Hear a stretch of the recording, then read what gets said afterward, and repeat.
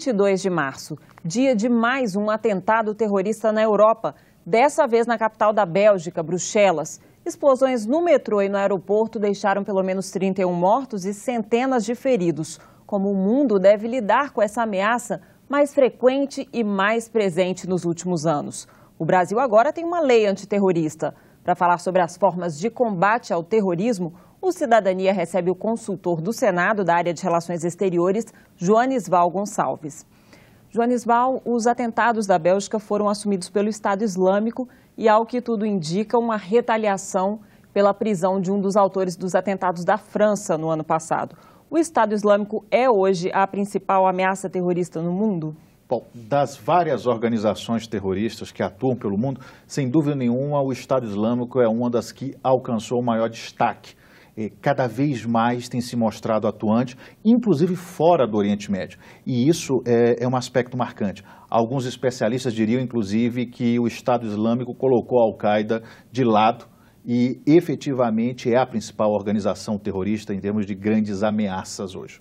Ele surgiu no Oriente Médio, mas hoje tem americanos, europeus e até brasileiros já foram se alistar no Estado Islâmico. Por que essa atração, mundial por essa organização terrorista? Bom, a organização hoje ela tem algumas características interessantes do ponto de vista de capacidade, do que se chama de capacidade de recrutamento. Então, nesse sentido, a propaganda institucional, a habilidade no uso dos meios de comunicação do Estado Islâmico, ela é de fato significativa. E com isso, com a propaganda, com um discurso que atrai, ela tem conseguido reunir pessoas, sobretudo jovens, para combater por aquilo que chamariam de os ideais do Estado Islâmico. Eles conseguem trazer gente dos diferentes pontos do mundo, inclusive, e isso é muito marcante, dos países ocidentais. Então a gente vê europeus, a gente vê norte-americanos, a gente vê pessoas da América Latina que vão atender a esse chamado do Estado Islâmico para combater lá e, de maneira mais complicada para o Ocidente, vem atuar também nas cidades ocidentais, como a gente viu na Bélgica agora recentemente, em Bruxelas, e como a gente viu, por exemplo, em Paris em 2015, no dia 13 de novembro de 2015. O que quer o Estado Islâmico, afinal? Essa é uma questão tremendamente complexa.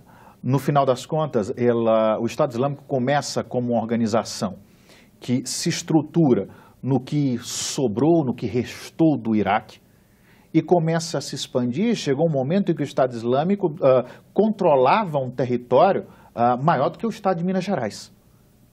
E entre as ideias, a proposta, a perspectiva do Estado Islâmico é de promover um califado internacional, ou seja, levar aquela perspectiva para outros lugares do planeta, e nesse sentido há uma preocupação com uma nova forma de atuação terrorista. Ou seja, o terrorismo hoje é diferente do terrorismo de 20 anos atrás, de 30 anos atrás. Hoje, sobretudo esse terrorismo de caráter fundamentalista, ele tem como objetivo se contrapor aos valores ocidentais. Então, é uma iniciativa, primeiro, de controle de uma determinada área, e aí sim, do estabelecimento de uma autoridade constituída, com base na violência, mas uma autoridade constituída naquele território, e a projeção daqueles princípios que eles defendem, inclusive entrando em choque com o Ocidente. Então, é mais complexo do que outras organizações do passado. Por esse combate aos valores ocidentais, muita gente tem falado em Terceira Guerra Mundial, porque seria uma nova Guerra Fria. Na sua opinião, isso procede? Eu não diria uma terceira guerra mundial, mas eu diria que hoje nós estamos num mundo muito mais complexo. E num mundo onde essas ameaças, que os especialistas chamam de ameaças assimétricas, elas estão muito mais presentes. Então a gente pode dizer que esse início de século, o início do século XXI, ele vai ser altamente marcado pelo fenômeno do terrorismo. E isso é pelo mundo inteiro. Pelo mundo ocidental e também pelo mundo islâmico. Vale lembrar que nas últimas décadas, quem mais foi vítima, quem mais morreu vítima de ações terroristas desses grupos são pessoas no Oriente Médio, são muçulmanos. Então, toda vez que se fala numa guerra entre Ocidente e Oriente, isso me preocupa um pouco, porque, de fato, esse é um fenômeno que existe tanto lá no Oriente Médio, ou tanto entre os povos muçulmanos, como aqui no Ocidente. E, como você mesmo disse, é um inimigo muito complexo, né? Como é que faz para combater esse tipo de ameaça? Esse é um dos grandes dilemas do Ocidente. Você lembrou, você comentou sobre a possibilidade de uma terceira guerra mundial. O problema é que o terrorista ou o terrorismo como inimigo, ele é complexo porque não se consegue defini-lo com clareza. Não é um Estado ou uma organização específica que atua de acordo com determinados princípios internacionais. É um inimigo que muitas vezes não se conhece com clareza qual é o rosto desse inimigo. É um inimigo que modifica muito rapidamente a sua forma de atuação e é um inimigo que pode estar em qualquer lugar. Qualquer país do mundo hoje, ou a grande maioria dos países, está sujeito a uma ação terrorista. Seja na Europa, seja no continente africano, a gente tem visto ações de grupos, e não necessariamente só do Estado Islâmico, mas de outros grupos, né? Seja na Ásia ou no continente americano. Ou seja, o mundo está sujeito a essa nova ameaça e esse é um dos grandes problemas com os quais a modernidade tem que lidar. E diante disso, a ação na Bélgica é um pouco surpreendente. Embora a Bélgica já tenha tido um outro atentado terrorista em 2014, né, no Museu Judaico, não é um país assim, que atua fortemente no combate ao terrorismo ou tem uma ação militarizada no Oriente Médio, como tem os Estados Unidos, França, Inglaterra. Então, é um país que não seria vítima de uma ação terrorista inicialmente, né? Por que esses atos na Bélgica? Esse é um outro ponto interessante. Por que a Bélgica? Em primeiro lugar, uma característica importante para se entender o terrorismo, pelo menos o terrorismo moderno, ela está relacionada ao simbolismo das ações. A vítima do terrorista não é necessariamente, o alvo principal do terrorista não é necessariamente aquela vítima que sofre agressão. O alvo do terrorismo, geralmente, é a sociedade, é o conjunto daquela comunidade que está ali, porque o que é o terrorismo? É o uso da violência ou da ameaça de violência para causar pânico, terror e influenciar de alguma maneira um processo decisório. Então, quando esses terroristas atuam, eles vão fazer vítimas, mas a vítima maior é a sociedade. E aí, para responder a tua pergunta, por que a Bélgica? A Bélgica está marcada por um grande simbolismo, primeiro, por ser a sede das principais instituições da União Europeia. A Comissão Europeia está lá, o Parlamento Europeu está lá. Um ataque à Bélgica, um ataque a Bruxelas especificamente, é um ataque à própria União Europeia. Além disso, a Bélgica, durante muitos anos, teve uma política muito específica voltada à imigração e uma política de tratamento desses imigrantes é uma política diferenciada. Por exemplo, hoje, em Bruxelas, nós temos uma grande concentração de população muçulmana, oriunda do norte da África, sobretudo, mas também do Oriente Médio, e nesses locais surgem radicais ou movimentos radicais que vêm atuando no mundo inteiro. E vale lembrar que a participação dessas pessoas, que não são necessariamente belgas, mas vivem na Bélgica, desde 2001, quando nós tivemos o 11 de setembro. Né? No Afeganistão houve incursões que inclusive eliminaram um líder afegão que era contrário ao Talibã. Né? Já em 2001, coordenado com o pessoal que estava na Bélgica. Então, os ataques de Paris do ano passado, os ataques de Paris de 2015, também têm relações com Bruxelas. Então, nesse sentido, acaba sendo uma cidade onde há uma grande circulação de pessoas e com dificuldade de controle. Para você ter uma ideia, são 6 polícias diferentes em Bruxelas. E muitas vezes falta uma coordenação nessa estrutura. E aí é muito difícil lidar com esse problema. Nossa, se aqui nós temos 3 já está um pouco difícil, imagina 6 políticas, realmente é complicado. Você acha que nas relações exteriores houve algum tipo de negligência de grandes potências mundiais para que houvesse o fortalecimento da ameaça terrorista no mundo? Eu não diria negligência. É um problema que exige uma coordenação maior entre os países, entre as potências. E o que a gente vê muitas vezes é dificuldade de coordenar isso. Como é que se combate o terrorismo em primeiro lugar? Se combate com investimento em inteligência. Do ponto de vista da segurança, a preocupação maior tem que ser com investimentos em inteligência, ou seja, desenvolver condições para identificar eventuais terroristas ou suspeitos de alguma ação terrorista, se identificar esses indivíduos e, a partir daí, buscar neutralizá-los. Por exemplo, com inteligência na área policial, com inteligência na área de antiterrorismo, e isso é muito difícil. Isso é muito difícil e falta investimento. O que a gente vê, por exemplo, em países como a França, é que depois dos ataques de 1º de janeiro do ano passado, mas sobretudo depois dos ataques de novembro de 2015, houve um investimento maior e uma preocupação maior. Mas os países costumam deixar ainda a desejar em termos de grandes preocupações. Claro, a não ser aqueles que têm sofrido e sofrem com a grande frequência ataques. E como é que está o Brasil nesse cenário? Porque dá a impressão de que desde que o Brasil começou a realizar grandes eventos esportivos, essa preocupação tem crescido aqui dentro, é isso mesmo? A preocupação aumentou, mas nós como brasileiros temos uma característica que às vezes preocupa para quem estuda esses temas. O brasileiro acha que ele nunca terá uma ação terrorista no seu território. O nosso histórico acaba nos colocando numa posição algumas vezes acomodada. E aí o que a gente vê? A gente diz, o Brasil é um país punido por natureza, amado por Deus ou coisa parecida, e nós nunca vamos ter um país pacífico, um país que tem boas relações com o restante do mundo, então isso nunca vai acontecer aqui.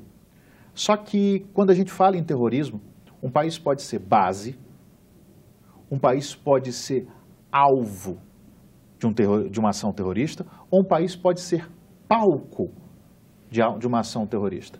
E nesse sentido, no Brasil, à medida que nós sediamos grandes eventos, à medida que nós nos mostramos mais para o mundo, essas atenções também se voltam para cá como, por exemplo, um possível local, palco de uma ação terrorista. Tomemos como exemplo as Olimpíadas. As Olimpíadas agora, em 2016.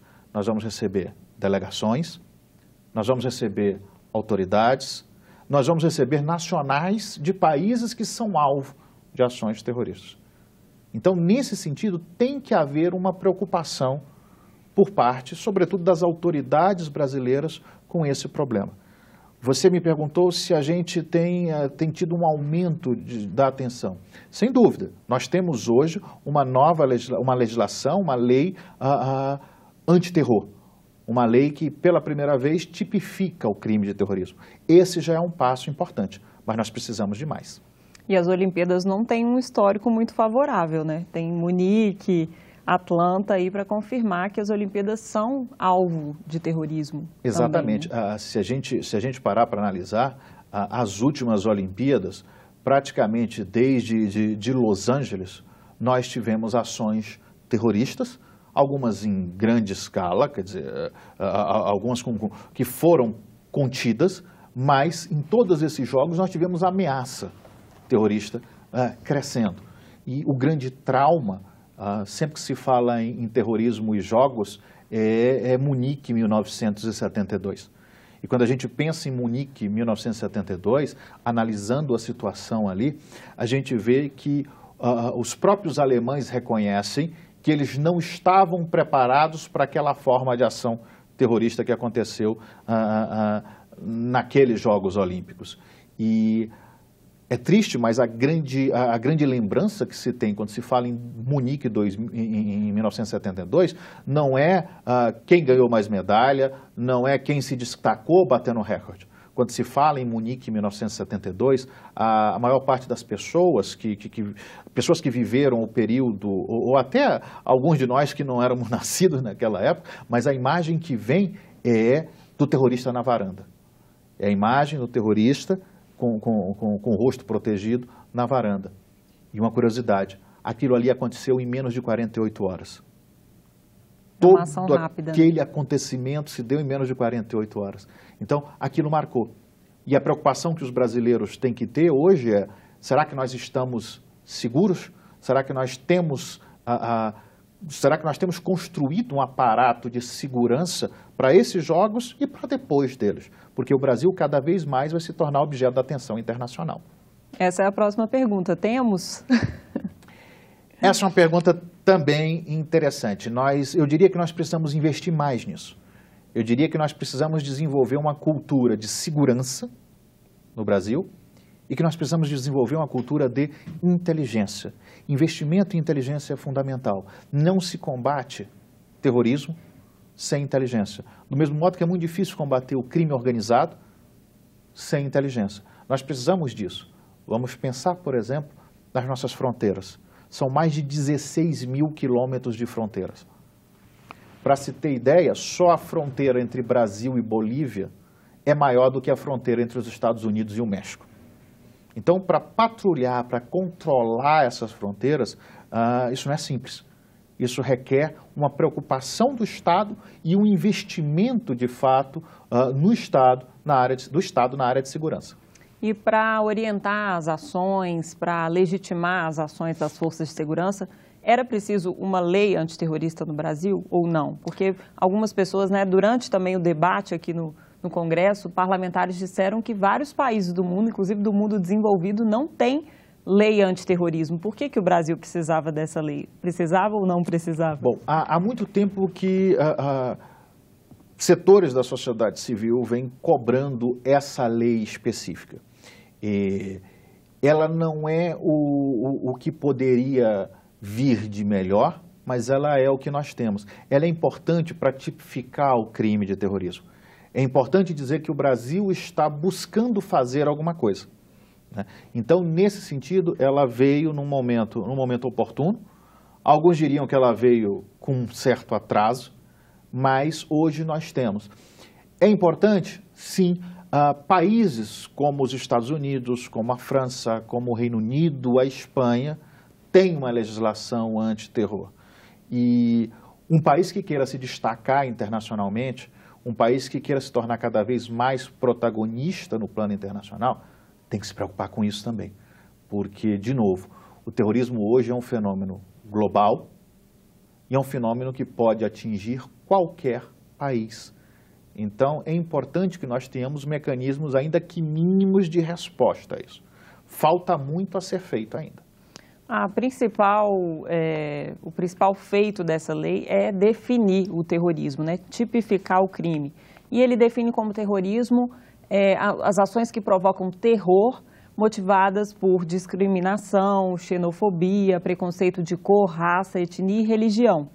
Isso aí resguarda o Brasil de todos os tipos de ações terroristas, na sua opinião?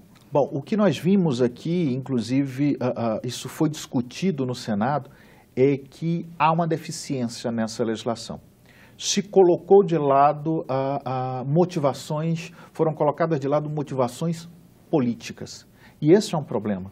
O terrorismo, desde as suas origens modernas, ele tem estreita relação com ações políticas. Não dá simplesmente para se esquecer da motivação política. E essa, na minha opinião, é uma das maiores deficiências dessa lei. Falta essa perspectiva política. Claro que podem ser ações motivadas por questões raciais, por xenofobia, por questões religiosas, mas não se pode esquecer que o viés político do terrorismo, ele é muito importante e não deveria ter sido desconsiderado. O viés político foi desconsiderado por causa da discussão, do debate em torno dos movimentos sociais, Um grupo, principalmente o PT, o PSOL, a Rede de Solidariedade, não queriam que ações de movimentos sociais pudessem ser enquadradas como terroristas. O texto que saiu do Senado enquadrava, em alguns casos, em casos extremos de violência, e a Câmara retirou, voltou ao texto original enviado pelo Executivo. Como é que você avalia esse vai e vem de mudanças para resguardar os movimentos sociais? Bom, isso faz parte do processo legislativo, no final das contas, né? Isso tem a ver com a dinâmica do Congresso Nacional, a dinâmica do Parlamento. Sem dúvida nenhuma,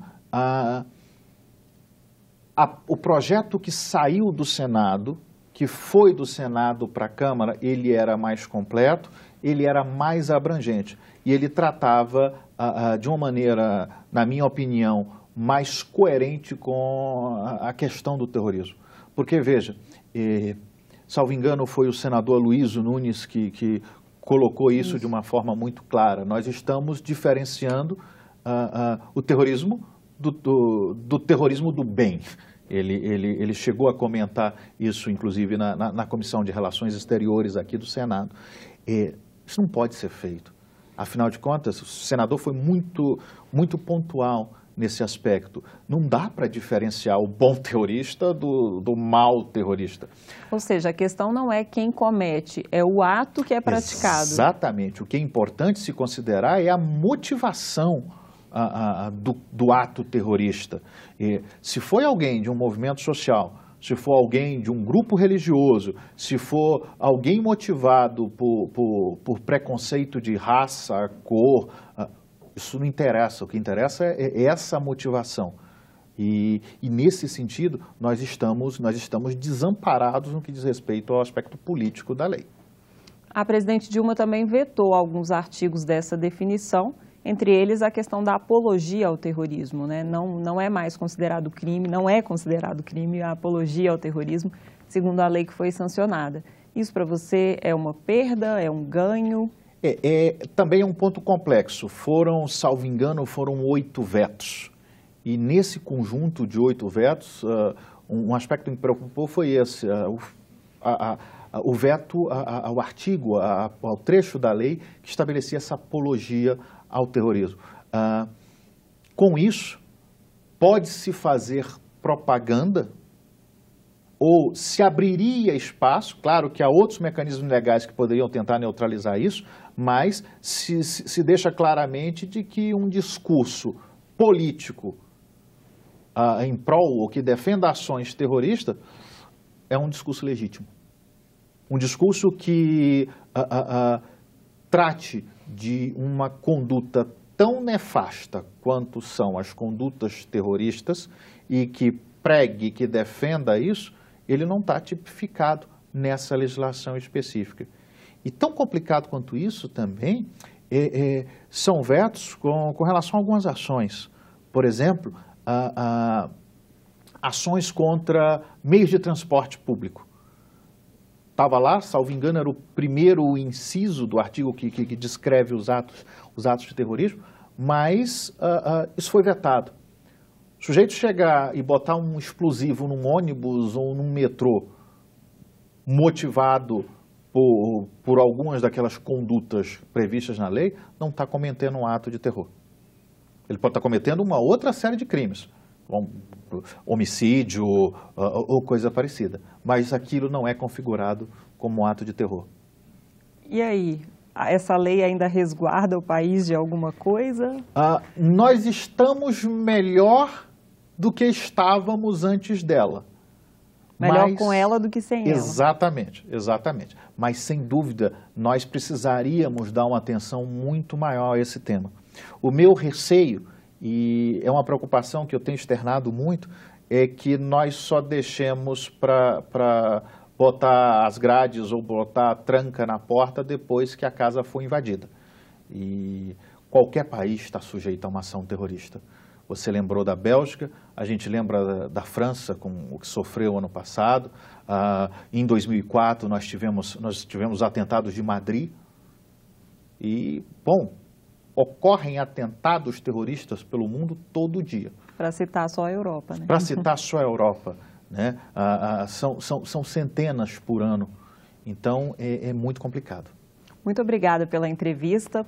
Diante dos atentados terroristas na Bélgica, o Cidadania conversou com o consultor do Senado da área de Relações Exteriores, Joanisval Gonçalves. Ele falou sobre o terrorismo no mundo, a lei antiterrorismo brasileira e sobre o preparo das forças de segurança do país para atuar nas Olimpíadas. Se você quer enviar algum comentário, crítico ou sugestão, ligue para o 0800 61 22 11. A ligação é gratuita. Você também pode rever esta e outras edições do programa em nossa página na internet. O endereço é senado.leg.br/tv. Até o próximo Cidadania.